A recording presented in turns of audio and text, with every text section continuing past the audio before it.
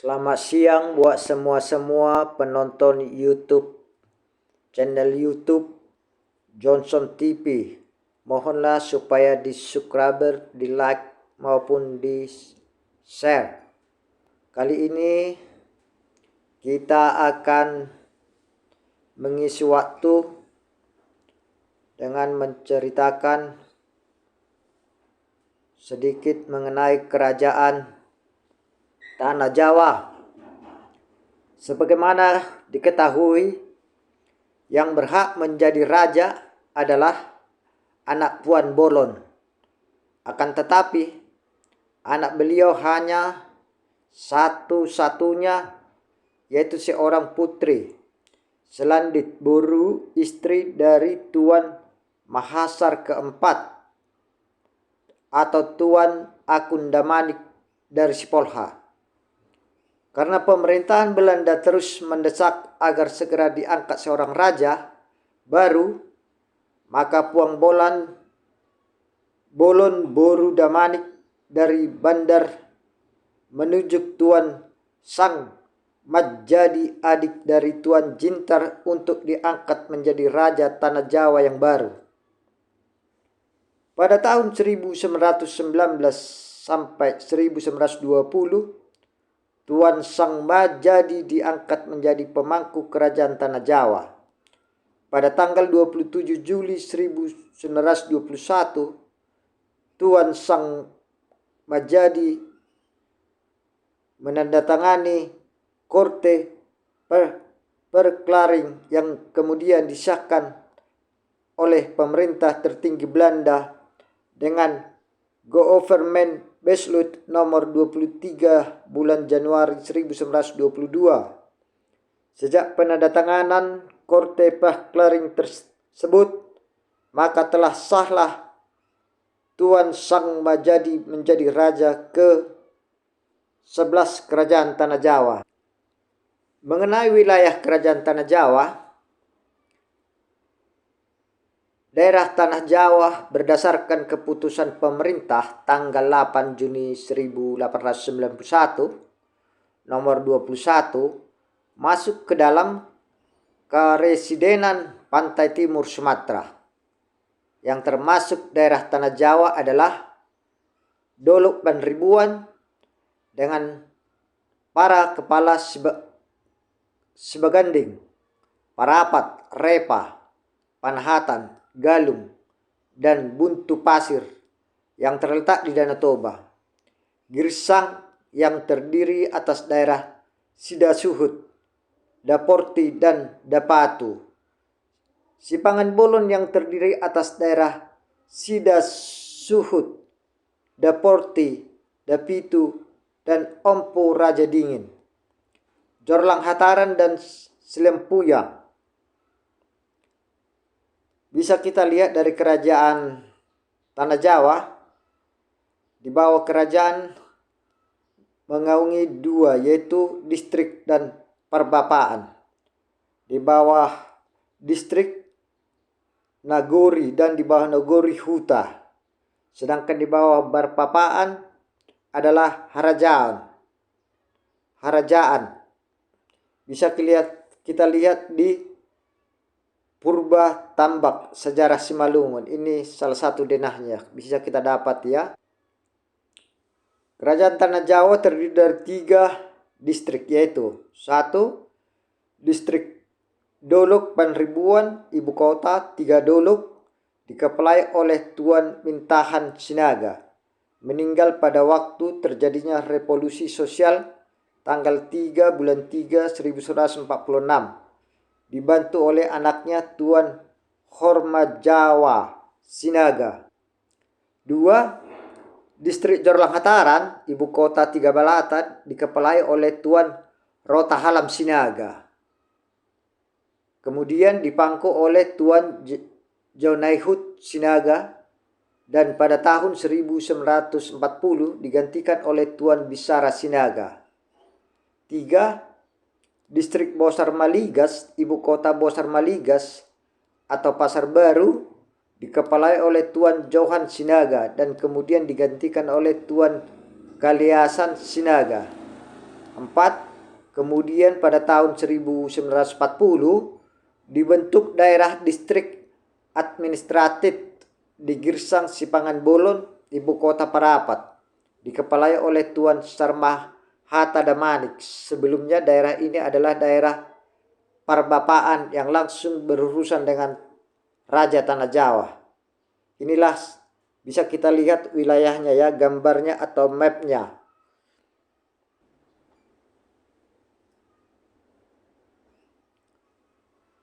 Semua kepala dan kepala rendahan di Tanah Jawa berada langsung di bawah pemerintah raja dan juga lebih tergantung kepadanya daripada para kepala daerah yang disebutkan sebelumnya. Para kepala daerah ini mengakui kepala urung sebagai pimpinannya dan juga taat ketika mereka menerima perintah dari Raja Tanah Jawa. Namun pemerintah wilayahnya tanpa campur tangan raja dan menikmati hak istimewa tertentu di luar para kepala yang lain. Mereka menyatakan bahwa ketika raja mengeluarkan perintahnya untuk membuat jalan atau menyetor sejumlah tertentu uang, apakah sebagai andil dalam biaya perang atau sebagai pajak lain yang dipungut demi kepentingan perang, mereka wajib memenuhinya seperti para kepala lain di urung itu. Selanjutnya mereka juga wajib tampil di hadapan raja segera setelah dipanggil serta untuk memberikan upeti tradisional. Tidak ada keterangan yang diperoleh tentang keberadaan batas-batas yang digariskan secara cermat dengan Tanah Jawa. Namun para kepala ini juga diketahui seperti yang lain dalam membahas daerah-daerah lain menegakkan hak-hak atas tanah di wilayahnya. Juga di Tanah Jawa para kepala dan kepala bawahannya menjadi pengelola wilayah yang dipercayakan kepada pemerintah mereka. Tanah menjadi milik kepala urung. Apabila raja ingin menyerahkan tanah yang terletak dalam batas-batas wilayahnya kepada orang asing, dia wajib memberitahu kepada daerah terkait sebelum menyerahkannya, apakah penyerahan itu dikehendaki atau tidak. Menurut adat segera, dituntut bahwa raja dalam persoalan tanah harus membicarakan bersama para kepala. Semua kepala dan kepala rendahan di Tanah Jawa berada langsung di bawah pemerintah raja dan juga lebih tergantung kepadanya daripada para kepala daerah yang disebutkan sebelumnya. Para kepala daerah ini mengakui kepala urung sebagai pemimpinnya dan juga taat kepada mereka menerima perintah dari Raja Tanah Jawa. Namun memerintahkan wilayahnya tanpa campur tangan raja dan menikmati hak-hak istimewa tertentu di luar para kepala yang lain. Mereka menyatakan bahwa kepala raja mengeluarkan perintahnya untuk membuat jalan dan menyetor sejumlah tertentu uang, apakah sebagai andil atau biaya perang atau sebagai pajak lain yang dipungut demi kepentingan perang. Karena kini raja kepala urung tidak pernah memiliki kekuasaan mutlak atas tanah urung dan harus meminta persetujuan para kepala terkait, nampaknya bisa dijelaskan bahwa orang akan mengatakan tanah itu menjadi milik raja dan kepala terkait. Dengan demikian juga bisa diduga tentang hak milik tanah di daerah yang disebutkan itu. Di sepanjang pantai Danau Toba, daerah Tanah Jawa membentang dari Huta pertama di perbatasan daerah Sipolha sampai daerah Ajibata, sampai di Onan Tiga Raja yang menjadi daerah tahlukan Raja Girsang. Juga daerah yang terletak di Danau Toba dan berada di bawah Tanah Jawa adalah Repa, Panahatan, Sibaganding, Parapat, Buntu Pasir, dan Galung. Daerah Girsang dan Sipangan Bolon yang terletak antara pegunungan tinggi Sibatu Loteng dan Simanuk-Manuk dengan Danau Toba membentang sampai ke belakang daerah Ail yang merdeka dan hanya dipisahkan dengan sederetan tanah sempit yang mencakup daerah Sibisa. Motung, Ajibata yang merdeka dengan pantai Danau Toba. Daerah Girsang dan Sipangan Bolon juga termasuk tanah Jawa dan mengakui Raja Tanah Jawa sebagai penguasa yang sah. Selain daerah-daerah mereka tersebut, daerah Jongi Nihuta, Onggang, Gopan, Sigaul, dan sebagian Uluhan yang juga merdeka merupakan deretan daerah kecil yang memisahkan tanah Jawa dari tanah Batak yang dalam lembaran negara 1892 nomor 279 berada di bawah pemerintahan langsung Gubernur Pantai. Pada masa prakolonial, hak-hak atas tanah berawal dari pembukaan huta yang selanjutnya berkembang menjadi urung yang dibentuk oleh marga tertentu. Marga pendiri huta inilah yang memiliki hak atas tanah-tanah tersebut. Jalur damai ataupun perang adalah dua cara yang dipilih untuk memperluas huta. Dengan semakin luasnya huta, maka dapat dibentuk urung sebagai federasi dari beberapa huta yang dikepalai oleh raja. Ada beberapa hal yang harus dipahami untuk membatasi suatu huta. Ketika memulai pembuka sebuah huta baru, tidak ditentukan orang-orang yang mengolah tanah. Dikatakan kemudian bahwa daerah huta talun tersebut, orang-orang ikut mengeksploitasi huta mendapat wilayah yang lebih luas. Di sini perbatasan huta itu terbentuk oleh juma yang digarap bersama-sama. Mereka melakukan ini karena takut binatang liar dan tinggal dekat juma menyerang mereka. Orang-orang dari juma huta lain tidak diperbolehkan untuk membangun toloen kecuali mereka yang sebelumnya telah menerima persetujuan dari kepala. Di mana pada zaman dulu jalur harus diperlebar. Jalan harus diperlebar. Hal ini dilakukan oleh orang-orang dari huta yang berbeda, berjalan-jalan melalui lalang. Kadang-kadang lembah dan gunung atau pemisahan alami antara dua huta ini dianggap oleh penduduknya sebagai batas tetap yang mungkin tidak dilewati dalam pembangunan juma. Meskipun begitu, masyarakat tidak memiliki batas-batas relatif terhadap huta lain. Dalam hal ini, orang-orang dari huta diizinkan membangun juma mereka bersama-sama. Urung semakin luas dan dibagi menjadi beberapa wilayah kecil di bawah kekuasaan keturunan kepala urung, dan muncul pembagian lahan atas urung tersebut oleh turunan kepala urung. Dari sini semakin bertumbuhlah kekuasaan atas tanah itu di tangan kepala urung. Hak-haknya atas tanah di urung semakin besar hingga raja dianggap penguasa dan pemilik tanah liar yang belum dibuka. Dari sini timbullah pendapatan apapun yang berada di atas tanah tersebut menjadi hak milik raja. Batas masing-masing tanah kerajaan disepakati oleh penguasa urung. Jika terjadi sengketa antara masing-masing kerajaan, akan diselesaikan antara raja yang bersengketa. Tanah-tanah yang ada di kerajaan Simalungun dibatasi oleh gunung, lembah, sungai, bukit, ataupun alang-alang yang telah dipilih. Tanah di Simalungun dimiliki secara komunal oleh marga penguasa atas huta tersebut. Dalam suatu kekuasaan, kepala urung atas wilayahnya disanggah oleh pasalnya. Hal ini terjadi di tanah Jawa pada tahun 1891 sampai 1892 terhadap Raja Tanah Jawa di Pematang, Tanah Jawa.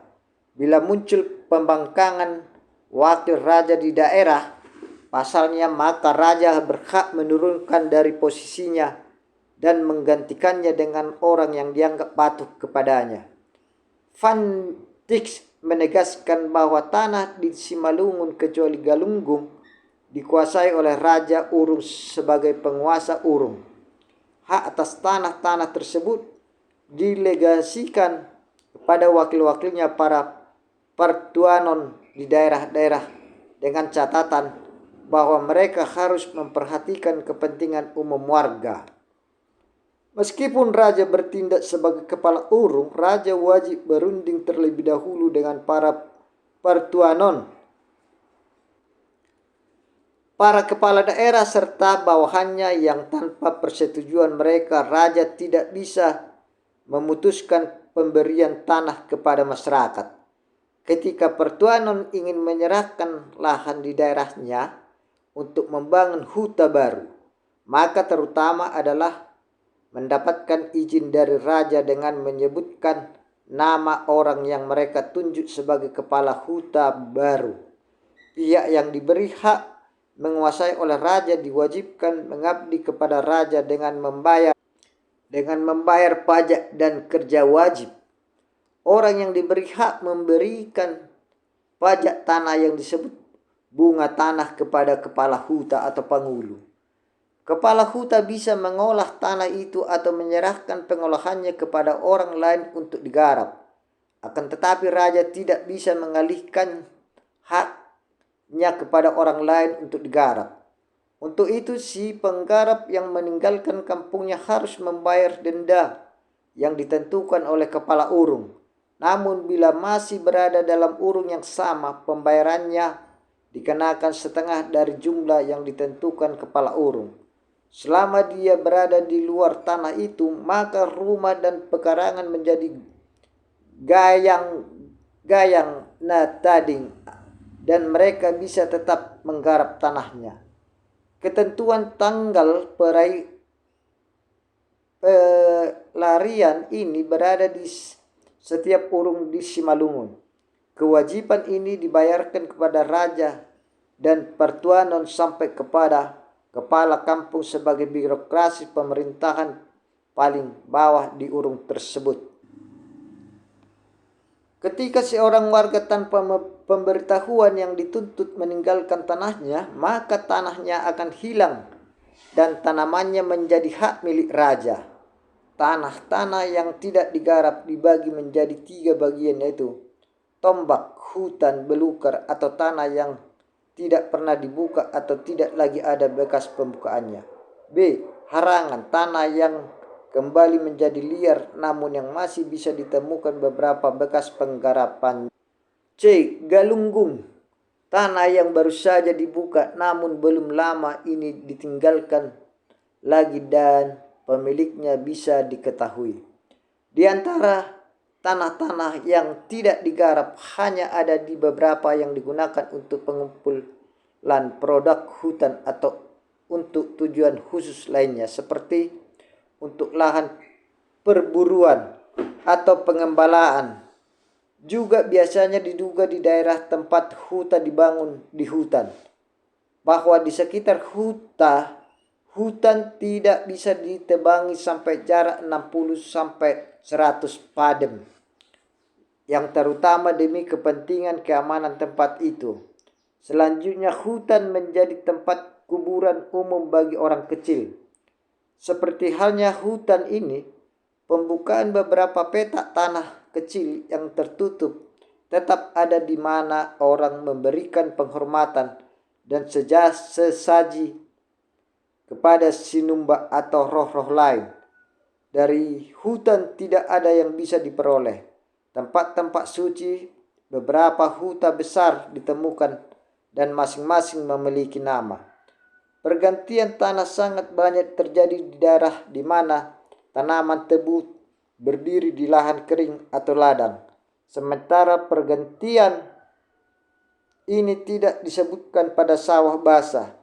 Biasanya suatu ladang ditanami selama 3 tahun dan kemudian pertukaran tanah terjadi.